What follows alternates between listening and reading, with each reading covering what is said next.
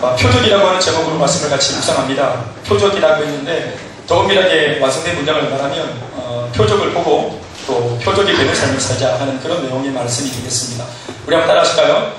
표적을 바라보고 표적이 되는 삶을 살자. 네, 우리 앞에 표적이 분명히 있어야 되겠죠. 우리 걸음을 인도하는 표적이 있어야 되고, 또 우리가 표적을 바라보고 하나님을 계속 이제 묵상하고 알아가는 가운데 이제 마침내는 우리도 누군가에게 표적이 되어서 누군가는 나의 삶을 또 나의 모습을 보면서 예수님을 발견하고 따라올 수 있도록 그렇게 해야 된다는 거죠. 할렐루야. 그러니까 이러한 맥락을 우리가 우리 교회에서 쓰는 용어로 바꾸어 말하면 이게 바로 재생산이 되는 삶인 것입니다.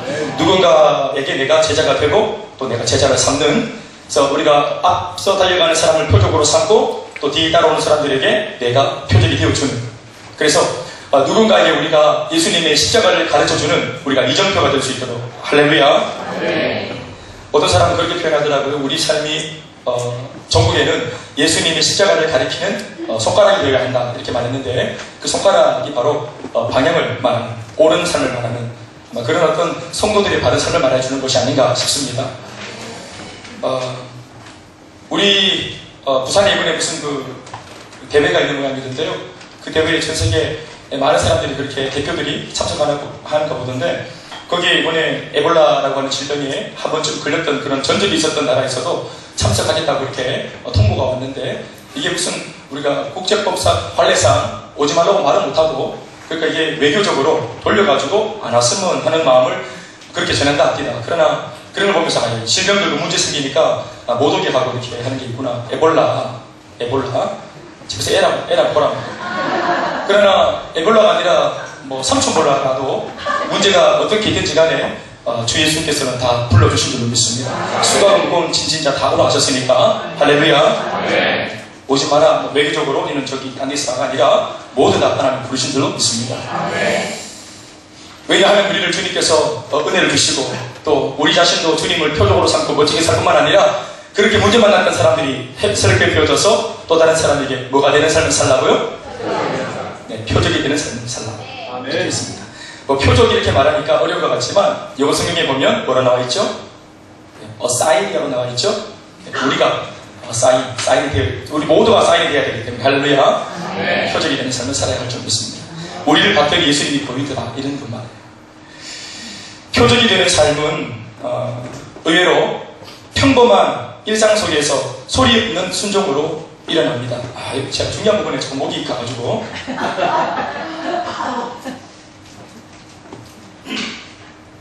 제가 한 번씩 제 동영상을 이렇게 보거든요. 결정적인 순간에 자꾸 침이 넘어가고 그래가지고 나 참 못한다 그래서 내가 보면서 다시 할게요. 우리가 표적이 되어야 하는데 표적이 되는 삶은 의외로 평범한 일상 속에서 소리 없는 순종으로 일어난다 하는 것입니다.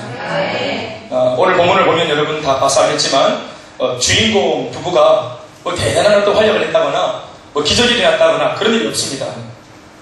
그런데 주인공이 하나님 앞에 순종했다는 그런 기록 혹은 노골적인 순종을 했다더라 하는 이런 문장은 발견되지 않지만, 그러나 가장 중요한 대목, 그리고 우리가 눈을 크게 뜨고 눈여겨봐야 할 대목이 하나 나옵니다. 그것은 요셉이 해산들에 가까워서 이제 만삭이 된 이제 정원녀, 다콘녀 마리아를 데리고 고향 땅 베들레헴에 기꺼이 들어갔다 하는 것입니다. 4절 말씀과 5절 A파트 상반부에 있는 말씀을 읽어보면 이렇게 적고 있습니다.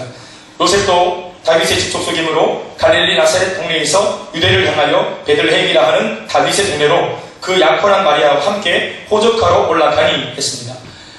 오늘 요셉이 자신의 약혼녀와 함께 호적을 신고하기 위해서 그렇게 인구 조사를 하려고 하는 그 가이사의 의도를 따라서 그 집행되어지는 어떤 법을 받아들이고 또 그 법을 다 수능하고 이렇게 감당하기 위해서 고향으로 내려가는 많은 무리 속에 요셉과 마리아도 있었던 것 같습니다. 아마 여러분 이 말씀은 여러분들이 이번 주에 셀가정 모임에서 다 한 번씩 묵상을 했던 말씀이죠. 오늘 목사가 이 말씀을 가지고 어떻게 다시 또 이렇게 말씀 묵상하고 또 숨어있는 은혜들을 또 같이 이렇게 나누는지를 여러분들이 좀 그런 관전 포인트로 말씀을 들어도 좋겠다 싶습니다. 오늘 아무튼 베들레헴에 가야 합니다. 베들레헴에 가야 하는 상황이 생겼습니다. 그런데 베들레헴에 가야만 하는 상황은 요셉의 뜻이 아니었고 요셉의 마리아의 뜻이 아니었고 오늘 1절 말씀에 나오는 대로 가이사 아구스도의 뜻이었습니다. 이 가이사라고 하는 사람 누굽니까? 시저, 황제를 말하죠. 그 당시 이 유대 땅이, 유대 민족이 그 당시에 로마의 속국으로 있었기 때문에 이 시민지층의 사람, 피지배층의 사람들이었기 때문에 그들을 잡고 있는 로마의 명령은 곧 그들도 이행해야 될 명령이고, 심지어는 로마인들보다 더 잘 이행해야 눈치밥이라도 먹고 살 수 있는 그런 입장이 있었습니다. 그러니까 자신 전체를 통치하고 있는 그 시저의 명령이 법으로 내려졌으니까 이거는 반드시 지켜내야만 되는 것이죠. 그러니까 이 명령 때문에라도 속국으로 있었던 요셉이 비록 먹고 살기 위해서 고향을 떠나 있었지만 다시 고향으로 돌아가는 많은 무리들처럼 돌아가야만 되는 겁니다. 법을 지키기 위해서라도. 피지배층 사람이기 때문에 내 권한을 행사할 수가 없고 따라줘야만 되는 거예요. 그래서 하여튼 꾸역꾸역 베들레헴으로 갈 수밖에 없는 상황에서 가게 되었어요. 오늘 제가 이렇게 강조하는 이유는 베들레헴에 들어갈 수밖에 없었고 베들레헴에 들어갔다라고 하는 것을 강조하고 있는 것입니다. 왜 그러냐면 이 말씀은 사실 가이사의 명령처럼 보이지만, 그런 명령 때문에 일어난 해프닝처럼 보이지만, 요셉 이 부부가 그 베들레헴에 들어갈 수밖에 없는 이 운명적인 이 선택과 부르심, 이 내용은 이미 구약성경 미가 5장 2절 말씀에 이미 예견되어져 있는 내용입니다. 읽어보시면 시작. 베들레헴 에브라다야, 너는 유다 족속 중에 작을지라도 이스라엘 다스릴 자가 네게서 네게로 나올 것이라. 그의 근본은 상고에 영원에 있느니라. 다시 아멘합시다. 벌써 수백 년 전, 거의 한 1000년 전에 있었던, 1000년 정도는 아니고 수백 년 전에 있었던 미가 선지자가 이미 수백 년 전에 예언하기를 이 베들레헴이 비록 작은 고을이지만 영적으로는 상당히 의미 있는 고을이 될 거다. 왜냐하면 온 세상을 다스릴 구주가 이 베들레헴에서 나실 것이기 때문이다. 이렇게 예언을 했습니다. 여러분 다 아는 바와 같이 그 구원자가 누굽니까? 바로 지금 우리가 믿고 있는 예수님입니다. 또 예수님은 요셉의 아들이고요. 그러니까 요셉이 베들레헴이 아닌 곳에서 아기를 놓으면 예언이 성취되는 겁니까? 아닌 것입니까? 아닌 것이죠. 그러니까 어떠한 정황을 통해서라도 요셉과 마리아는 베들레헴에 가야만 되는 것입니다. 뭐 때문에요? 말씀을 성취하기 위해서라도. 그러나 사실 우리가 가는 바대로 요셉 마음속에, 마리아의 마음속에 특별한 사명감, 이런 대단한 사명감, 우리는 이 아기를 특별한 곳에서 낳아야 돼요. 예언을 성취해야 되니까. 이런 신앙적인 열정이 있었습니까? 이런 마음이 있었습니까? 지금 저 혼자 하는 거 아니죠? 있었어요? 없었어요? 이런 마음이 없었습니다. 신앙적인 어떤 생각과 개념이 전혀 없었어요. 오히려 베들레헴에 들어가는 것은 상당히 불편한 어떤 그런 상황이었어요. 불편한 상황이에요. 지금 열심히 베들레헴 바깥에서 먹고 살려고 돈을 열심히 벌고 있는 요셉입니다. 목수일을 하면서 남의 집에 가서 가구도 수리해주고 열심히 막 이 뭡니까? 빼빠가 뭐지 이거? 대패질 하면서 빼빠로 밀어야 되잖아. 대패질하고 빼빠로 밀고 이렇게. 그렇게 하면서 열심히 노가다 하고 각기목 나누고 다루기는 막 못 빼고 빠루는 못 빼고 이렇게 열심히 노가다. 죄송합니다. 오늘 막 아리가토가 많이 나오네. 그쪽 세계가 다 아리가토니까. 그러니까 열심히 그렇게 좀 열심히 돈 벌려고. 왜 돈 벌려고? 지금 마누라랑 결혼하려고. 사실은 제가 부인인 것처럼 말이지만 마리아는 약혼한 관계이지 결혼한 관계가 아니에요. 열심히 그래서 돈을 벌어가지고 지자금을 마련해가지고 그래서 아주 그냥 와짜치근하게 그 동네 마을에 이제 큰 파티를 열어야 되지. 유대 민족의 그 정서가 뭐냐 하면 결혼식을 밤에 합니다. 밤에. 우리처럼 낮에 하는 게 아니라 밤에. 해가 막 질 때 그때부터 이제 흥에 취해가지고 막 포도주를 마시면서 풍악을 울리면서 밤새도록 잔치를 합니다. 온 마을 사람들이 요셉 마리아 결혼식에 다 뛰어나와가지고 즐거워하는 마을 파티입니다. 큰 축제죠. 그러려면 여러분 돈이 한두 푼 들겠습니까? 또 그 사람들은 우리처럼 달라 축의금도 없어요. 다 쓸어가요 그냥. 축의금 한 푼도 없이. 축하한다 이러면서 다 묻혀. 그러니까 돈을 참 많이 벌어놔야 된다. 그래서 열심히 빼빠시게 돈을 벌고 있는데 갑자기 모든 상황을 중단하고 명령이니까 빨리 집으로 돌아가라 이렇게 했다면 이게 여러분 참 만만치 않은 그런 상황 아니겠어요? 우리는 목사님이 막 한 번씩 불러내도 바쁘다 하니까 괜찮아 김씨가 이렇게 보니까 우리가 교회에 맨날 있는 사람입니까? 김 목사님? 우리는 형편이잖아요. 그런데 어떻게 했어요? 그런데 가이사가 황제로서 명령을 내렸기 때문에 내 의견을 피력할 수 없고 모두가 다 고향으로 돌아가서 뭐 해야 되죠? 호적 신고를 해야만 되는 거예요. 아마 정치적인 목적으로 이 유대민족 좀 더 잘 효율적으로 아마 관리하려고 14년마다 한 번씩 하는 호적 신고였어요. 그러니까 이제 그런 어떤 좀 기간이 온 거겠죠. 아무튼 가이사 아구스도도 자기의 개인적인 야망과 목적으로 이런 명령을 내렸어요. 설마 로마 황제 가이사가 말씀을 성취하기 위해서, 요셉을 부르기 위해서 그렇게 했을까? 아닙니다. 그러니까 모두가 다 제각기 파편처럼, 조각처럼 자기의 어떤 생각과 자기의 어떤 그런 상황 속에서 움직였던 이 모든 조각들과 파편들이 모여가지고 지금 뭔가 꿈틀꿈틀 하나님의 일들이 이루어지고 있는 장면을 읽은 것입니다. 오늘 이 말씀은 여러분 굉장히 무리한 것처럼 그냥 요셉과 마리아가 아를 낳았대 이런 이야기가 아니라 이게 오늘 참 상당히 의미가 있는 말. 이게 어떤 외침보다도 상당히 뭔가 무게감이 있는 그런 말씀을 우리가 읽은 것입니다. 여러분들이 그 무게감을 잘 모르는 것 같아서 제가 다시 읽는 것입니다. 요셉이 처한 지금의 상황은 적어도 약 두 가지의 원망거리가 대번에 이렇게 표면적으로만 봐도 포착되는 정황입니다. 원망거리.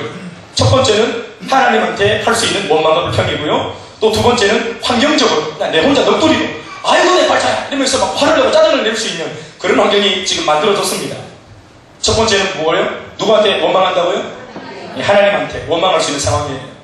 여러분들이 보실 때는 요셉과 마리아가 무엇 때문에 하나님께 원망할 수 있는 상황인가요? 물론 그 모든 발단은 시저, 황제의 명령 때문이에요. 호적 신고를 하러 가려면 모두가 고향으로 가야 하니까 요셉은 자기의 고향 베들레헴으로 가야 돼요. 여러분 아까도 말했지만 요셉과 마리아는 약혼한 관계예요. 약혼을 하고 난 뒤에 그들은 서로의 마음을 지키고 정조를 지키면서 유대 민족의 정서가 그래요. 결혼 정서가. 약혼을 하고 나서 온 마을 사람들이 약혼식에도 다 동참해요. 증인이 되어주고 축복해줘요. 그러니까 마리아의 남자는 요셉, 요셉의 여자는 마리아라는 사실을 그 마을 동네 베들레헴 사람은 다 알고 있는 거예요. 그러니까 아무도 요셉을 꼬시는 여자가 없고 마리아한테 눈길을 보내는 남자도 없어요. 이미 남자가 여자가 정해졌기 때문에. 그러한 반면 요셉과 마리아도 스스로가 자기의 마음을 지키고 자기의 눈을 또 자기의 발걸음을 입을 지켜야 되는 거예요. 몸을 지켜야 되는 거예요.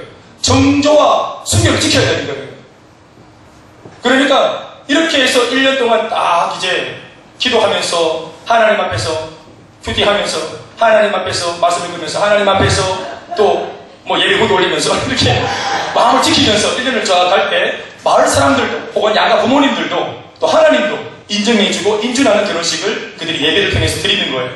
그러니까 예배가 참 하나의 멋진 그런 어떤 순결을 지켜낸 인내의 결과물이죠. 그러니까 결혼이 굉장한 파티인 겁니다. 그동안 수고했다 하면서 막 지하하고 격려하는 그런 시간이죠. 그런데 마을 사람이 다 아는데 약혼한 거를 먹고 살겠다고 잠시 떠나 있는 이 두 남녀가 세상에 지금 베들레헴에 들어오면 어떤 모양으로 돌아오는 거예요?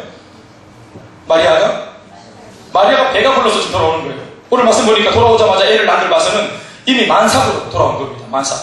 우리 지난주에 경민자매 모습으로 이렇게 막 이렇게 내가 난 사만큼 불러가지고 그래 또 이제 이게 허리가 꺾인 채로 이렇게 막 뒤뚱거리면서 들어오는 그 요셉과 마리아가 이 마을 사람들 앞에 자신들의 모습을 보여줘야 돼요. 그러니까 사실은 마리아가 가브리엘이라고 하는 천사로부터 수태 고지를 받을 때 네가 아기를 앞으로 낳게 되리라. 내가 처자인데 무슨 나를 낳습니까? 그러니까 말이야. 네가 성령으로 이렇게 해서 낳을 아기는 구주다. 그분이 메시아다. 그분의 이름을 예수라 해라. 임마누엘이다. 너를 통해서 그 예언의 말씀, 모든 수천 년의 예언의 말씀이 성취될 거다. 너가 그런 인생으로 주님 앞에 부름받았다. 주님, 제가 주님의 계집종이니 말씀대로 될지어다 하면서 자기 몸을 하나님 앞에 헌신하고 내놓았던 대단한 마리아입니다. 그리고 같은 시간대에 이 천사가 또 요셉의 꿈에도 나타나서 이 약혼녀가 임신하게 될 거다. 놀라지 마라. 그러면서 이 일이 하나님으로 말미암은 일이라고 안심시켜줬더니 요셉도 그 마음속에 신앙으로 이 모든 상황을 받아들였습니다. 그러니까 이 두 약혼한 남녀가 하나님께서 우리를 쓰시겠다 하는 어떤 그 일방적이고 강권적인 요청 앞에 두 사람이 사실 만나서 협의한 것도 아니라 각각 주님 앞에서 어떻게 반응합니까? 100% 순종합니다. 우리를 쓰시라고. 내 몸을 쓰시라고. 내 결혼생활을 쓰시라고. 할렐루야. 그러나 보세요. 우리는 성령이 충만하고 은혜가 충만해서 어떤 영적인 공감대 속에서 하나님을 만나고 이 모든 상황이 전개되었지만 오늘 이렇게 배가 불러오고 실제로 내가 하나님 앞에서는 아멘 했지만 실제로 배가 불러올 때 실제로 결혼하지 않은 남자를 모르는 여자의 배가 흘러올 때, 심지어 태동이 느껴지고 막 만삭이 되어졌을 때 이게 얼마나 큰 마음의 중압감과 스트레스가 될 수 있었겠습니까? 안 그래도 참 이것이 신앙으로 소화하기가 정말 만만치 않은 상황인데, 이것을 결국 근신이 지금 막 기도하면서 이 요셉과 마리아 억지로 버티고 있는데, 이걸 대놓고 갑자기 법률이 바뀌면서 고향으로 빨리 돌아가라고 하던데 다 멈추고,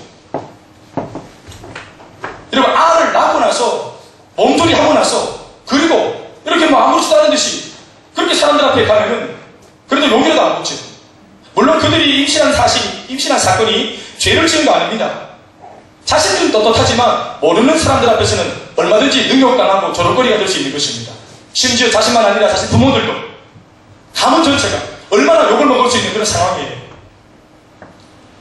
또 이것을 뭐 일일이 다 설명할 수도 없고, 그러니까 얼마나 돌아가기가 만만치 않겠나 이 말입니다. 그러니까 자신이 하던 일을 멈추는 것도 힘든 데다가 또 만삭된 아내와 함께 고향으로 돌아가는 것 자체가 이게 굉장히 수모스러운, 아주 마음에 벅찬 부담감이 생기는 그런 일이었지만, 이 요셉이 뭔가 이 내용 속에서 고민했다거나 뭔가 막 아파했다거나 갈등했다거나 하는 그런 어떤 흔적이 전혀 없이 요셉과 마리아가 바로 그냥 자연스럽게 삶 속에서 소리 없는 순종으로, 이 순종이 삶에서 그냥 갈등 없이 자연스럽게 대단한 순종은 아닌 것처럼 보이지만 사실은 대단한 순종이거든요. 그런데 그것을 전혀 갈등 없이 그냥 무난하게 감당하고 있는 모습을 우리가 읽은 것입니다. 제가 하는 말은, 이런 상황을 놓고 볼 때 내가 주님의 일을 했으면 하나님도 내 일을 해주셔야 돼요. 내가 주님의 일을 쏟고 있을 때, 열심을 내고 있을 때 주님께서 나의 상황을 받쳐주셔야 되는데, 오히려 더 유력한 상황 속으로 나를 몰아붙이는 것 같으니, 이게 요셉이 얼마든지 대놓고 액면가로 하나님께 원망할 수 있는 일이었죠. 나는 주님께 이렇게 헌신했는데 주님은 나를 엿보이십니까? 할 수 있는 상황이에요. 또 게다가 내가 뭔가 한 게 있으면 그것을 정당화해서 더 우리가 하나님 앞에서, 비록 하나님이시지만 하나님 앞에 큰 소리 칠 수 있는 배경이 되어주죠. 아유, 하나님, 이거 몇 달 못 기다립니까? 호적, 가이사의 마음을 돌이키는 것은 주님한테는 일도 아니지 않습니까? 이거 몇 주 못 참으십니까? 사로 조리하고 간다 안 합니까? 그런데 하나님은 만삭 때 이 쪽팔릴 수밖에 없는 상황을 기꺼이 무릅쓰고 쪽팔리라고 하는 것입니다. 난감하나 요셉아, 기꺼이 난감해라. 마음이 부대끼나 기꺼이 부대껴라 라고 말씀하시는 것 같아요. 헌신의 대가가 이런 것입니까? 할 수 있겠는데, 마리아와 요셉이 이것을 그냥 소리 없이 소화하면서 걸어갑니다. 두 번째는 제가 뭐라 했습니까? 불평할 수 있는 상황, 환경적인 불평이 있겠죠? 가이사 아구스도의 호적 신고 명령을, 이걸 왜 주님이 이걸 막지 않으셨습니까? 또 상황이 왜 이런 거 하필이면? 아이고, 내가 하는 일이 정말 제한되는 게 없다. 오랜만에 뭔가 크게 좀 마음먹고 신앙으로 결단해서 하려고 하는데 또 이 상황이 안 맞춰주네. 상황 말입니다. 상황. 아내가 모처럼 신앙생활 제대로 하려고 마음먹었는데 남편이 이 낙선을 한다거나, 남편이 모처럼 신앙생활 하려고 딱 마음먹었는데 또 아내가 또 막 접시를 깨닫겠다거나, 내가 그렇게 하려 했는데 또 얘가 막 큰 마음먹고 오늘 공부 기필코 하겠다고, 이번에 진짜 기필코 공부를 하겠다고 마음먹었는데 들어오자마자 엄마가 막 동주병 들이대고 막 기대기를 때리고 막 공부 안 하냐고 다음 들을 때 막 때쳐, 이런 마음이 드는 것처럼 진짜 하나 했는데, 내가 진짜 막 세상에 망함을 접고 이제 막 어둠의 뒷골목상을 접고 문신일에 가리고 진짜 큰 마음 먹고 바른 생각 해보려고 큰 마음 먹고 교회당에 딱 들어왔는데 이 사람들이 막 위로부터 보면서 뭐 이렇게 왔나. 그러니까 내가 큰 마음 먹고 진짜 담배 끊고 내가 오늘 예배당 이제 주님 사람으로 살아보려고 마음 먹고 진짜 마지막으로 내가 밖에 한 대 피고 왔는데 다시 막 이별을 하면서 담배 꽁초라 자리세례 해서고, 그리고 진짜 절대로 왔는데 교회 오니까 사람들이 코를 막고 막 담배 이렇게 니꼴 쳐다고 니꼴이 이러니까 막 에이 이러면 니꼴이 이러면서 이러니까 말입니다. 하려고 했는데, 잘하려고 했는데, 가이사 아구스도의 이런 어떤 받쳐주지 않는 상황 속에 얼마든지 대놓고 불평할 수 있는 상황이라고 저는 생각해요. 그러나 요셉은 불편한 마음을 누르고 이 모든 상황을 의연하게 그리고 소리 없이 소화해 갑니다. 심지어 고향에 도착했을 때는 만삭의 아내를 쉬게 할 은신처, 여관 방 하나도 없는 굉장히 당황스러운 상황이었음에도 네가 없으면 임모, 나 반드시 이 마음을 끝까지 내가 완수하겠다 하는 이 진념으로 불평 없이 심지어 어디까지 들어갑니까? 마국간에 찾아 들어갑니다. 그리고는 자신의 생애 첫 번째 아들을 낳는데 이 아들을 마국간에서 낳기로 결단하고 여기서 수용하고 불평하지 않고 그리고 낳은 아기를 당보에 싸서 어디에 뉘었습니까? 네, 구유에 뉘었습니다. 이게 성경에 나오는 최초의 바운스입니다. 말구유 이런 말과 그렇습니다. 마곡간 잘은 모르겠지만 농장 근처 가보시면 축사 이런 데 가보면 막 찌른내, 냄새, 똥 냄새 막 이거 막 거름이나 썩어 들어가는 냄새 물론 그것을 생계로 살아가는 사람도 계시지만 접하지 못한 도시인들이 근처 가면은 코를 바로 잡게 됩니다. 그러니까 굉장한 냄새가 나는 곳이죠. 마곡간 거기에 닐 곳이 없어가지고 정말 우연인들 정말 상황을 모면하기 위해서 그렇게 순간적으로 번뜩이는 택시를 발휘하는 것이 바로 말구유였습니다.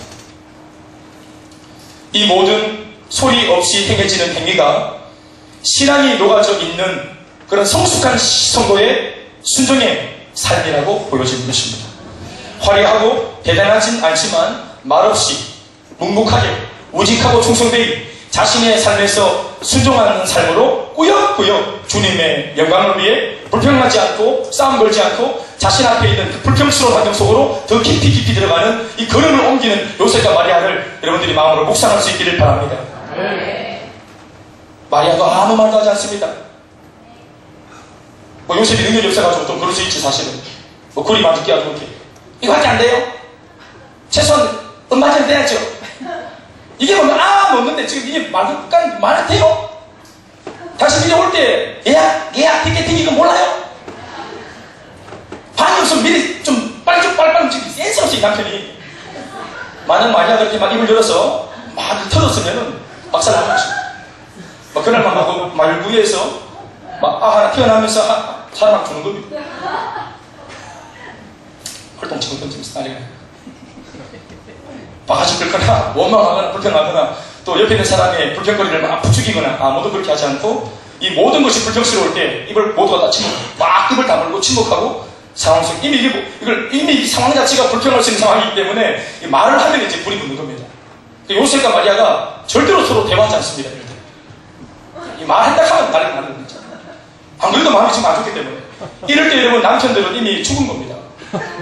내 여자를 말구유에 누이고 거기서 알을 낳고 하면 이 상황 자체가 내가 이밖에 못해주는 남편인가 싶으면 이미 그 정도 됐을 때 이 상황적으로 그렇게 됐을 때 말 안 해도 김서방 저한테 부인을 가만히 있을 수 있겠지. 장모님 김서방 이러면 죽어버립니다. 김서방 죽는 겁니다. 그럼 누가 말 안 해도 이미 죽은 거예요. 김서방 죽었습니다. 이미. 나 다시는 이제 앞으로 잘해야 되겠다. 이미 이렇게 반성하고 있는 중입니다. 나 앞으로 진짜 잘해야 되겠다. 둘째 때, 셋째 때는 진짜 그냥 럭셔리한 스위트 그 호텔에 룸에 스위트홈 룸에 내가 잡아가 예약을 해가지고 애를 낳게 해야 되겠다. 결단을 하고 있는 중인데 침묵하는 거죠. 평범한 일상 속 소리 없는 순종의 삶은 우리의 삶 속에도 제법 여러 가지 형태로 나타납니다. 이 요셉만 사실 이런 게 아니라 성도들의 삶을 들여다보면 대단하지 않고 드러나진 않지만 우리 모두도 다 같이 이전보다는 훨씬 더 많은 부분에서 우리도 소리 없는 순종을 하고 살 때가 많이 있습니다. 할렐루야. 네. 여러분들 그렇게 살고 계시죠?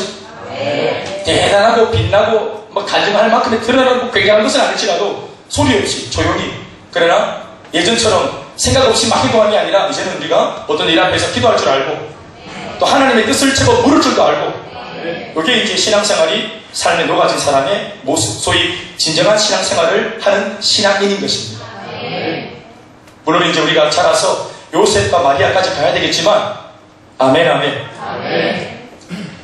신앙으로 삶을 살아간다는 것은 우리가 어떤 선택의 기로에 섰을 때 갑자기 주기도문을 외워보고 움직인다거나 갑자기 사도신경을 외운다거나 그리고 난 뒤에 선택한다거나 이런 것을 말하는 것이 아니라 혹은 성경책을 들고 다니면서 매일 선택할 때마다 성경책 피가지고 막 읽어보고 답을 묻고 이렇게 한다거나 부장님이 지금 일을 하자고 막 얘기하는데 잠깐만 하고 성경책 피가지고 시편 말씀에 얘기를 하고 이거 언제 그렇게 말씀 읽어보고 묵상하겠어요.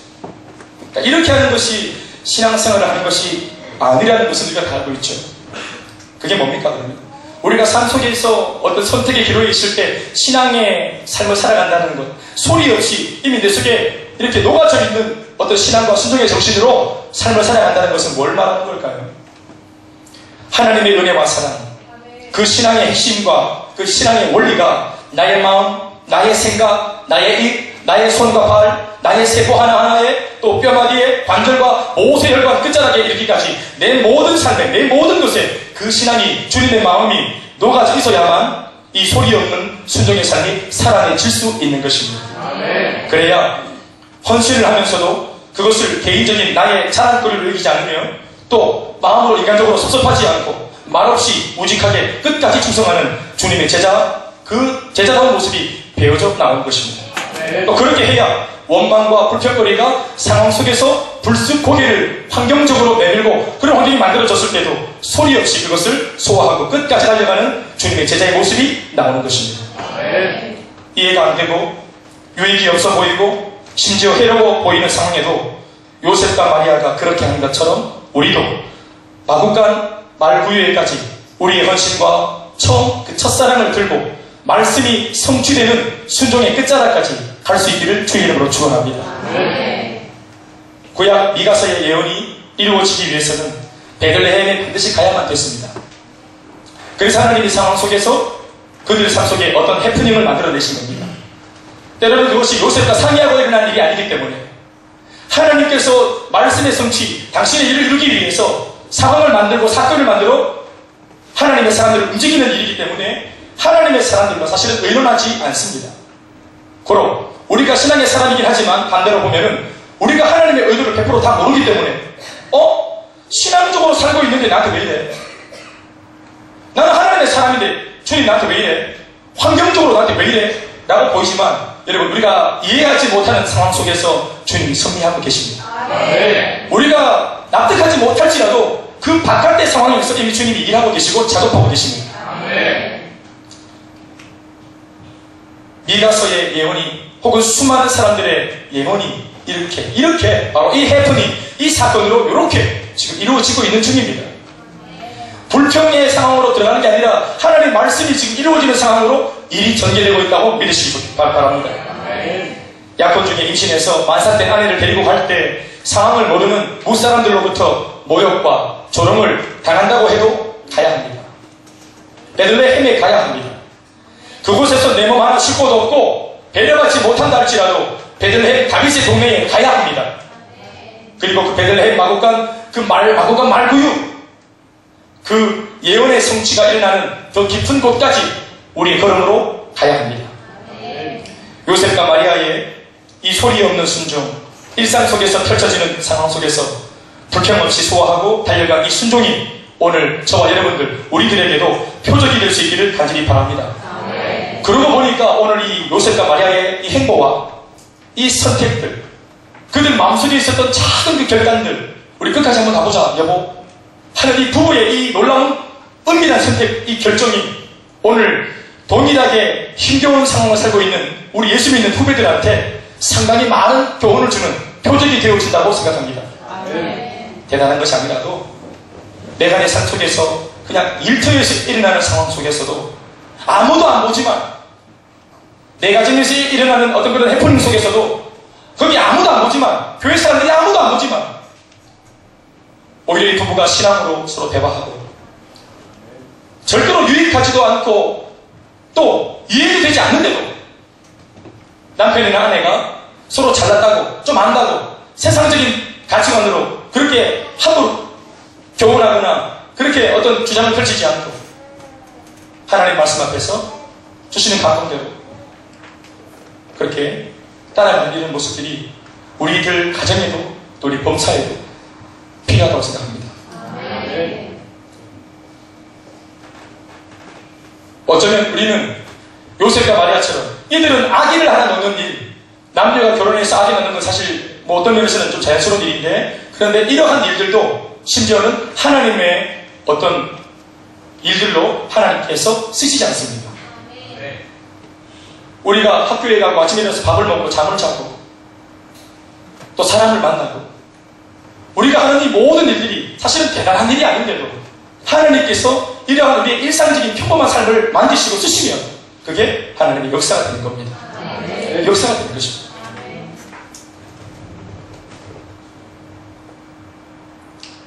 요셉은 사실, 마리아는 사실 자신의 삶이 표적이 되고 싶어서, 누군가에게 표적이 되고 싶어서 그렇게 살지 않았어요. 중요한 것은 뭔지 아세요? 하나님께서 그들의 삶을 쓰셨다는 거예요. 또 하나님이 쓰실 만큼 그들이 깨끗한 삶을 지금 살고 있는 거예요. 불평 없이 원망 없이 깨끗하게 걸어가니까 하나님이 이것을 역전시켜가지고 쓰시는 거예요. 여러분 보세요. 지금 베들레헴 저 말구유 그 다윗의 동네에서는 어떤 일이 일어나고 있습니까? 그 마곡간에서는 어떤 일이 일어나고 있습니까? 지금 요셉과 마리아의 이 일들이 지금 애 놓는 그 사건, 그게 막 전개가 되고 있어요. 이것은 사실이고 사건이죠. 그런데 하나님께서 거의 동시다발적으로 B라고 하는 다른 지역에서, 오늘 말씀에도 나오지만 또 다른 지역에 목자들이 양을 밤새도록 지키고 있는 마리아가 아기를 낳았던 그 밤에 하나님께서 목자들에게 찾아가셔가지고는 어떻게 일하십니까? 지금 오늘 바로 이 시간 너희들이 그토록 기다리던 메시아가 지금 이제 나타나셨다. 지금 메시아가 오셨다. 내가 지금 메시아를 너희들에게 보내. 지금 너희들 인생들에게 큰 기쁨의 좋은 소식이 내가 지금 너희들한테 전파했고 지금 너희들에게 펼쳐졌다.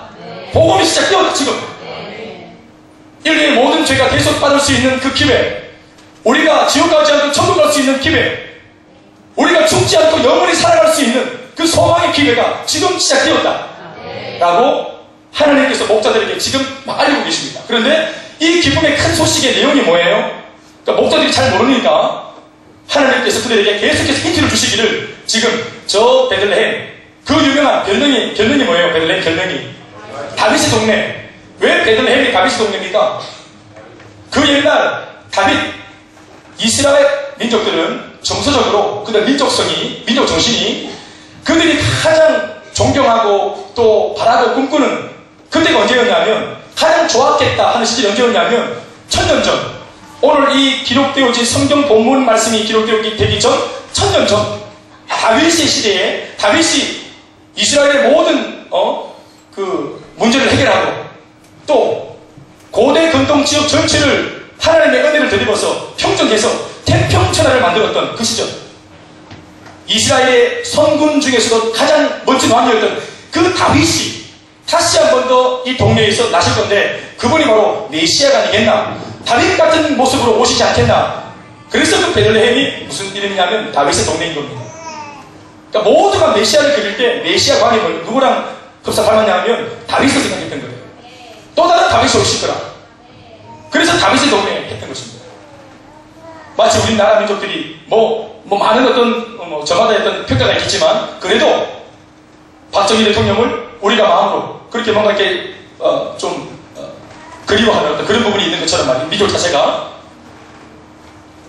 아이고 그래도 그만한 일꾼이 없다, 그만한 리더가 없다 하는 그런 것 말입니다. 그래서 이 목자들이 사실은 양도 치지만 마태복음에 보면 이 목자들이 동방박사거든요. 이 동방박사들이 끊임없이 메시아를 연구하고, 메시아가 언제쯤 올까? 이 메시아, 이 사람들은 마구스라고 하는, 헬라 마구스라고 하는 점성술사들입니다. 사실은. 그래서 끊임없이 메시아가 올 때를 향해서 이방인들이지만 별을 보면서 점을 치는 사람들이었어요. 이 사람들은 누구를 기다리는 사람들이었습니까? 그러니까 유일하게 하루 종일 메시아를 기다리는 사람들이에요. 그러니까 이 사람들이 가서 만약에 메시아라고 인준을 딱 해주면 그분이 메시아죠. 그 사람들.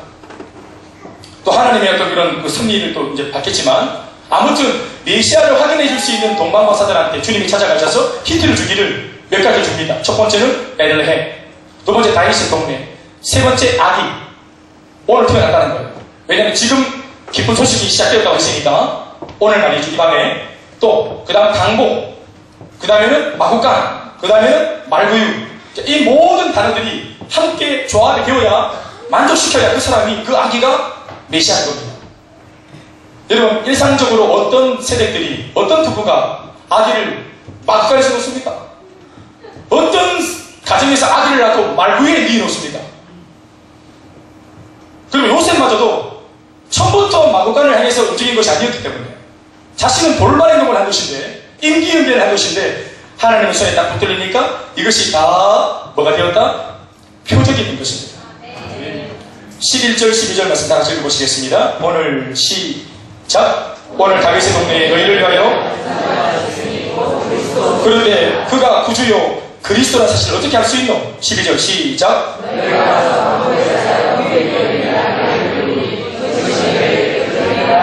할렐루야. 그래서 그 마곡간에 주님의 인도를 따라 딱 가면은 거기에 강보에 쌓여서 구유에 놓인 아기가 나온다. 여러분 보십시오. 요셉한테는 정말로 평범한 일상이었어요. 그리고 어쩔 수 없는 상황 속에서 자기가 재치를 발휘한 어떤 임기응변이었어요. 그런데 그것을 하나님은 표적으로 삼으시고 다른 사람들한테 표적이라고 알려주신 겁니다.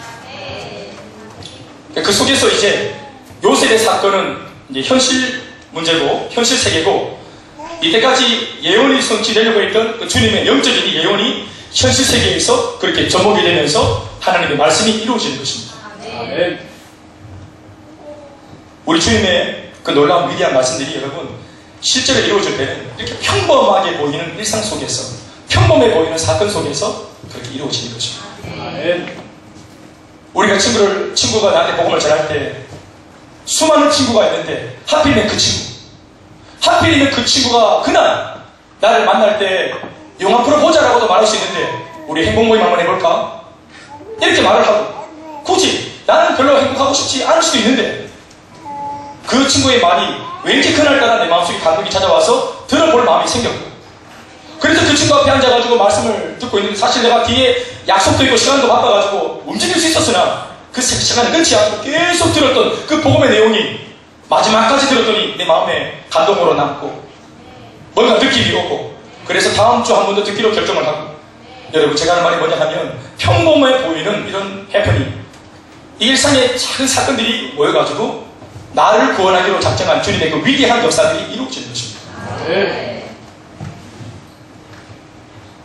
우리가 신앙생활을 하면은 신앙 속에서도 우리가 로또 복권 정신처럼 한탕주의가 우리를 오염시킬 때가 많습니다.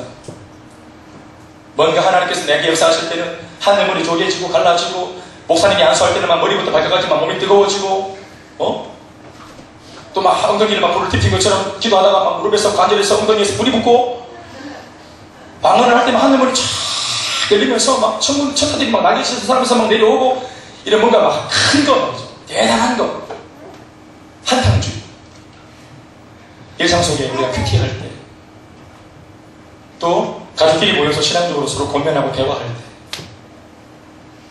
또 말씀을 묵상하고 읽다가 또 숙제를 하다가 말씀을 적어가다가 또 누군가를 위해서 내가 신방을 가는 길목에서 여러 가지 평범한 일상 속에 내 딴에는 한다고 하면서 자연스럽게 그렇게 움직였던 행보를 통해 주님의 그 위대하고 빛나는 역사들이 이루어지기 시작하는 것입니다. 두 번째자 마지막으로 표적이 되는 삶은 우연인 것처럼 보이는 그러나 필연적인 사건의 연속으로 이루어집니다. 지금 제가 방금 말씀드린 겁니다. 우연인 것처럼 내 눈에는 보이는데 하나님은 이것을 나의 필연이다 라고 하시면서 우리의 인생을 들어 쓰시는 것입니다. 당신의 말씀을 이루기 위해서 말이에요. 가이사의 명령이 있었죠. 모든 사람이 귀향했죠. 요셉의 집이 하필이면 베들레헴에 있었죠. 하필 그때에 마리아는 출산이 임박한 임산부였죠. 그리고 하필 베들레헴에 왔을 때 호적 친구하고 돌아가서 아기 낳을 수도 있는데 하필이면 왔을 때 베들레헴에 머물고 있을 때 잉태하고 계산을 했어요. 그리고 하필이면 강보에서 하고 하필이면 말구유의 아기를 누였어요. 그러니까 이 모든 상황은 일반적인 일상의 연속이죠. 자연스러운 일상이고 모든 사람들이 나름대로의 삶을 살듯이 자연스럽게 지극히 자연스러운 삶이었어요. 그러나 이 우연인 것처럼 보이는 사건들의 조합이 하나님의 구속의 역사의 소중한 한 페이지를 장식해 나가는 과정이었다는 사실을 우리가 오늘 읽어서 알게 된 것입니다.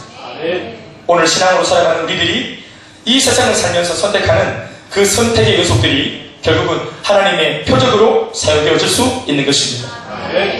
우리는 보통 늘 후회를 하지 않으면 뭔가 좀 찝찝한 느낌을 갖고 있는 어떤 정서적으로 좀 불안한 인생들이기 때문에 나름대로 A를 딱 선택해놓고도 혹시 하나님의 뜻이 B면 어떡하지? 하면서 A를 선택해서 A로 자꾸 걸어가면서도 자꾸 B를 자꾸 염두에 두고 돌아보게 되고 또 계산하고 이러니까 마음이 찝찝한 뿐만 아니라 걸어가는 이 A라고 하는 길목에서도 계속 속도가 안 붙는 겁니다. 자신감도 없고. 또 게다가 옛날에 선택을 잘못해가지고 대통 당해봤던 경험까지 있으면 내가 한 선택들에 내가 자신감이 상당히 떨어질 수 있습니다. 그리고 하나님의 응답을 기다리는 것도 잘 못 기다릴 때가 있고. 그럼 그렇지. 내 인생이 뭐 늘 그렇지. 내 신앙이 뭐 언제 꽃을 피우겠어? 늘 그렇지. 남들은 간증을 하고 올라서고 역사가 일어나고 그의 삶 속에 주님이 승리하시고 표적이 되어지고, 그러나 내 삶은 그냥 늘 이래 왔고 또 이렇게 가고 또 지금 걸어가는 길에도 자신이 없고, 이게 여러분 우리의 신이 아닙니까? 사랑하는 여러분, 요셉의 그 일상을 통해 주님은 큰 기쁨의 좋은 소식으로 만들어냈습니다. 그 삶을 복음의 첫 단추로 하나님께서 삼으시고 역사를 일으키셨습니다. 오늘 그 부부가 결국 그렇게 순종을 해서 진짜 복음 덩어리이신, 복음 자체이신 예수님을 그렇게 출산해서 열매를 본 것처럼, 그러나 그 열매가 있기까지 소리 없는 원망과 불평을 뛰어넘고 또 하나님의 향한 원망과 저주를 마음에 끌어내고 의연하게 이 모든 상황을 감당했던 그 순종이 바탕이 된 것처럼, 그 일 후에 그들이 복음의 그 1번지이신 예수님을 본 것처럼 말이에요. 우리들도 마찬가지로 좋은 소식, 기쁨의 큰 소식을 우리 삶 속에서 경험하기 위해서는 그 전에 도움닫기, 뭔가 섬하게 되어지는 삶이 반드시 있어야 하는 것입니다. 그건 굉장히 평범하게 일어납니다. 굉장히 평범하게. 주일마다 드리는 예배가 사실 얼마나 평범합니까? 무료하기까지 느껴질 정도로 예배, 거의 이거 여러분 우리가 생각 없이 한 1년 다니면 한 52번 나오는데, 이거 정말로 습관 내버릴 수 있습니까? 딱 습관들이가 마침 좋죠. 이게 굉장히 무난하고 무료한 예배. 세일 모임도 사실은 우리가 생각 없이 그냥 들락거릴 수 있어요. 늘 보던 그 얼굴들. 이제는 하도 삶을 나눠가지고 삶을 나눌 게 없고, 오히려 나누기 위해서 사고 치고 와서 올 수도 없고, 사실은 너무 오랫동안 보면은 사실은 익숙해져 버리잖아요. 그렇게 좋았던 모든 것들이 다 익숙합니다. 이제는 복음을 전해서 사람이 막 돌아오고 와 할렐루야 이런데 이게 당연하지. 물론 우리가 이게 정말 너무나 기쁘니까 이제 우리 삶에 상식이 되니까 당연하다고 말할 수도 있지만, 그런 익숙해져서 당연한 것처럼 느껴지면 문제가 되는 것이겠죠. 복음도 예수님도 내가 지금 누리고 있는 이 모든 신앙생활의 이 축복된 상황들이 이게 얼마나 가치로운 것인지, 우리가 가치절하지 않고 정말로 우리 마음이 반짝거리는 정말 그런 어떤 참 입장에서 주님을 아침마다 새롭게 늘 새롭게 고백할 수 있기를 바라는 것입니다. 오늘 여러분들 마음속에 오늘 이 말씀을 표적으로 삼고 여러분들의 삶 또한 하나님이 쓰실 수 있는 표적이 될 수 있도록 우리 삶을 잘 주님 앞에 닦아서 내어드릴 수 있기를 바라는 것입니다. 기도하십시다.